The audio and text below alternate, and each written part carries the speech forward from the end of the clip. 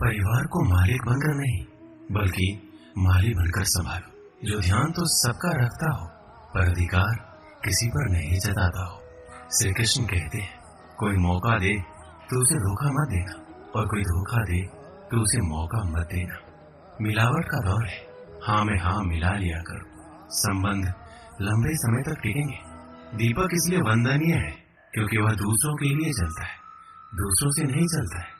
खुद की कमजोरी जान लेना भी जिंदगी की सबसे बड़ी ताकत है। चलने की कोशिश तो करो, दिशाएं बहुत है। रास्ते पे बिखरे कांटों से ना डरो, आपके साथ दुआएं बहुत है। जो चाहा वो मिल जाना सफलता है, जो मिला है उसको जानना प्रसन्नता है। जिंदगी का सबसे खूबसूरत पौधा विश्वास होता है, जो जमीन में नहीं दिल में उगता है। अगर आप उस इंसान को ढूंढ रहे हैं जो आपकी जिंदगी बदल सकते हैं, तो एक बार आईने में देख लीजिए। खुद से ज्यादा हमें कोई नहीं बदल सकता। अपनी तारीफ खुद कर लिया करो, क्योंकि बुराई करने के लिए तो पूरी दुनिया मौजूद है। क्रोध एक ऐसा तेजाब है जो जिस चीज पर भी डाला जाता है उससे ज्यादा उस पात्र को नुकसान पहुंचाता है जिसमें वो रखा जाता है। बहुत मुश्किल नहीं है जिंदगी की सच्चाई समझना। जिस तराजू में दूसरों को तौल दे, कभी उस पर खुद बैठ कर देखना। जलो वहां जहां जरूरत। उजालों में चिरागों के मायने नहीं होते। किसी को हरा देना बेहद आसान है, लेकिन किसी को जीतना बेहद मुश्किल। जिम्मेदारियां इंसान को वक्त से पहले बड़ा बना देती है। समय वह है जिसे हम सबसे ज्यादा चाहते हैं, और जिसे हम सबसे गलत तरीके से उपयोग भी करते हैं। त्याग के बिना कुछ भी पाना संभव नहीं है। एक सांस लेने के लिए पहली सांस छोड़नी पड़ती है। पतझड़ में सिर्फ पत्ते गिरते हैं। नजरों से गिरने का कोई मौसम नहीं होता। जिसे खुद की गलती नजर नहीं आती, उस इंसान से दूरी बना लेना ही बेहतर होता है। जिनका दिल साफ होता है, दुनिया गलत साबित होने को करने में लग जाती है। जीवन में सबसे अच्छा सबक आप ये सीख सकते हैं कि कैसे शांत रहना है। यदि आप अपने सपने को पाने की हिम्मत रखते हो, तो आपका हर सपना सच हो सकता है। समस्याएं देखकर जीवन में कभी हार मत मान। क्या पता इसी समस्या के अंदर तुम्हारी एक बड़ी शुरुआत छुपी। अगर कष्ट बड़ा है तो कामयाबी भी बड़ी ही मिलेगी। भीतर क्षमा हो, क्षमा निकलेगी। भीतर क्रोध हो, क्रोध निकलेगा। भीतर प्रार्थना हो तो प्रार्थना निकलेगी। नफरत हो तो नफरत। इसलिए जब भी कुछ बाहर निकले तो दूसरों को दोषी मत ठहराना। आशा और विश्वास कभी गलत नहीं होती। बस ये हम पर निर्भर करता है कि हमने किससे आशा और किस पर विश्वास करना है। विचारों की खूबसूरती कहीं से भी मिले चुरा लो, क्योंकि चेहरे की खूबसूरती तो उम्र के साथ बदल जाती है, मगर विचारों की खूबसूरती हमेशा दिलों में अमर रहती है। जब हम कोई भी कार्य भगवान की याद में रहकर करते हैं, तो उसमें भगवान की शक्तियां हमारी मदद करती है और हमारी सफलता निश्चित हो जाती है। अपनी परिस्थिति परमात्मा को सौंप दीजिए, क्योंकि जितना आप जीवन भर में कर सकते हैं, उससे कहीं ज्यादा वो एक पल में कर सकते हैं। जिस इंसान को भगवान पसंद करते हैं, जिसे वो अपना खास बनाना चाहते हैं, उन्हें वो हमेशा असफल रखते हैं, हमेशा उनकी जिंदगी में मुसीबत डालते हैं। अगर आप हार रहे हो तो ये बड़ा संकेत है कि भगवान के उन खास इंसानों में से आप एक हो जिन्हें वो आगे पहुंचाना चाहते हैं। दुनिया में कुछ ऐसे इंसान होते हैं जिन्हें आप कितना भी प्यार मान सम्मान दो, फिर भी क्या करते हैं, सिर्फ धोखा ही देते हैं। क्योंकि आप लोगों की फितरत कभी नहीं बदल सकते। पत्नी पसंद से मिलती है, मगर माँ बाप तो पुण्य से मिलते हैं। उनकी परवाह मत करो जिनका विश्वास वक्त के साथ बदल जाए। परवाह सदा उनकी करो जिनका विश्वास आप पर तभी बना है जब आपका वक्त बदल जाए। रिश्ता चाहे जो भी, मजबूर नहीं मजबूत होना चाहिए। जीवन में धैर्य अत्यंत महत्वपूर्ण है, क्योंकि ये बात हमेशा याद रखिए, बूंद बूंद पानी से ही घड़ा भरता है। मन की सच्चाई और अच्छाई कभी व्यर्थ नहीं जाती। ये वो पूजा है जिसकी खोज ईश्वर खुद करते हैं। सुख हमारे अहंकार की परीक्षा लेता है, जबकि दुख हमारे धैर्य की। दोनों परीक्षाओं में उत्तीर्ण होकर ही हमारा जीवन सफल होता है।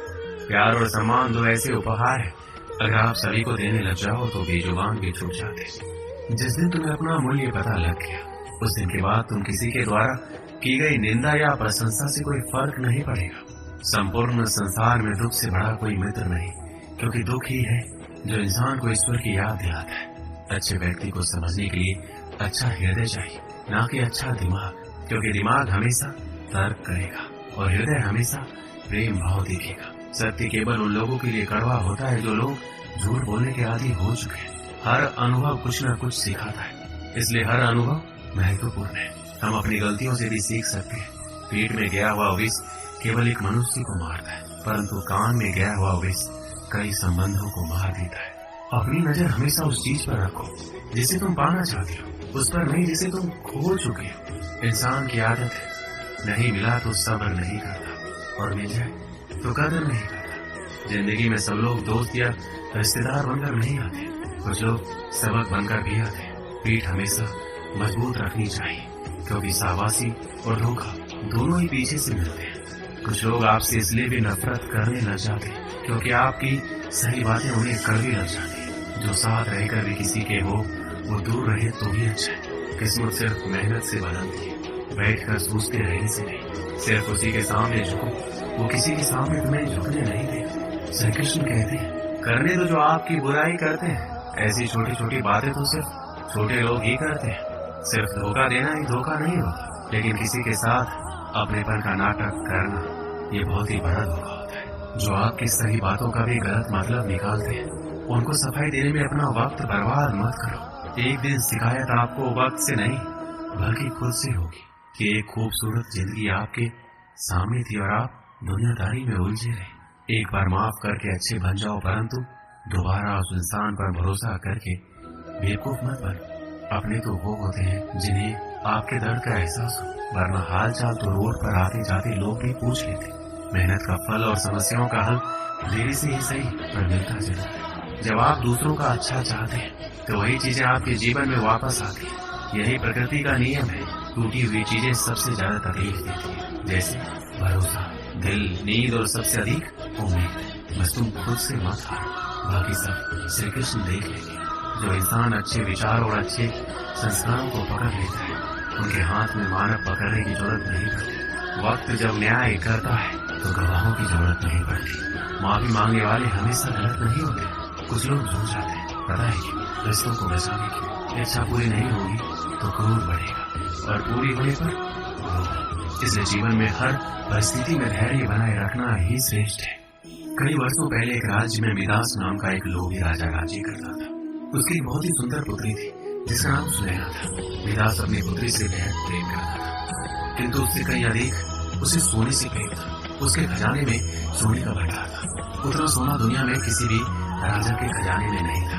इसके बाद भी खजाने में जितना सोना बढ़ता, राजा मिदास की लालसा उतनी ही बढ़ती जाती। उसके दिन का अधिकांश समय खजाने में रखे सोने को गिनने में निकल जाता। सोने के लालसा में अक्सर वो अपनी पुत्री को अनदेखा कर देता था।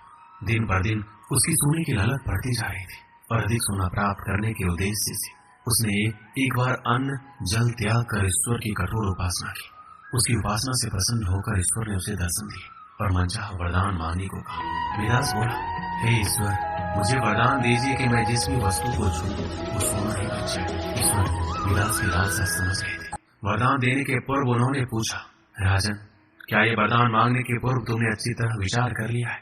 हे ईश्वर, मैं इस विश्व का सबसे धनी राजा बनना चाहता हूँ। मैंने अच्छी तरह से सोच लिया है, मुझे यही वरदान चाहिए। कृपया मुझे ये वरदान प्रदान कीजिए। तथास्तु, मैं तुम्हें वरदान देता हूँ कि कल सूर्य की पहली किरण के साथ तुम जिस भी वस्तु को छुओगे वो सोने की बन जाएगी। आशीर्वाद देने के उपरांत ईश्वर अंतर ध्यान हो गए।